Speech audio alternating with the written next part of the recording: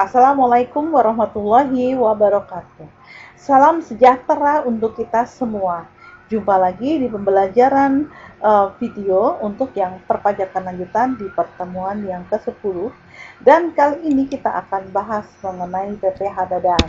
Oke, kita mulai ya.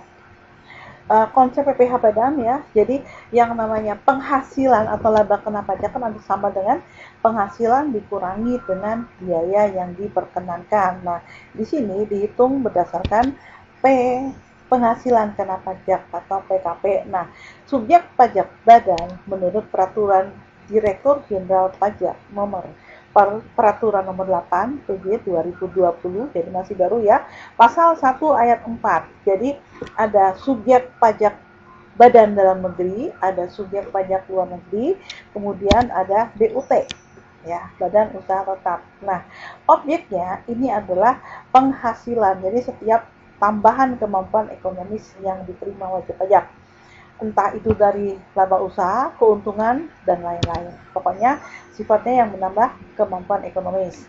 Ini tarifnya ya, ada penyesuaian tarif pajak ya untuk pasal 3 ayat 1. Jadi menjadi 22%. Ini berlaku untuk tahun pajak tahun 2020 dan 2021. Nah, selanjutnya di tahun 2022 sudah turun lagi menjadi 20%. Kemudian ayat 3 untuk yang pasal 3 ada penurunan tarif 3% ya. Di sini apabila wajib pajak dalam negeri berbentuk PT, jadi semakin besar ya. Kalau PT kan berarti semakin besar ya untuk modalnya dan lain-lain. Saham yang diperdagangkan di luar di bursa efek di Indonesia minimum 40% dan memenuhi persyaratan tertentu. Nah, untuk ayat 3, tarifnya ini akan diturunkan. Kalau tadi kan turun 3%. Nah, untuk yang pasal 3 ayat 3 menjadi 19% dan 17%. Dari mana? Dari 22% dikurangi 3%. Kemudian untuk yang 20%, untuk yang 20% menjadi 17%. Oke, ini berlaku untuk yang tahun 2022. Oke. Next, untuk yang contoh perhitungannya ya. Misalkan di sini ada peredaran bruto. Ini tentu saja dari mana? Laba ya.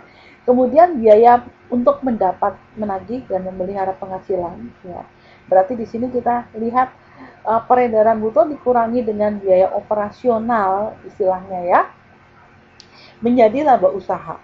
Ya. Kemudian penghasilan lain adalah yang non operasional dikurangi dengan biaya non operasional, jadilah penghasilan non operasional neto ya. Jadi seluruh penghasilannya ditotal menjadi 620 sekian ya.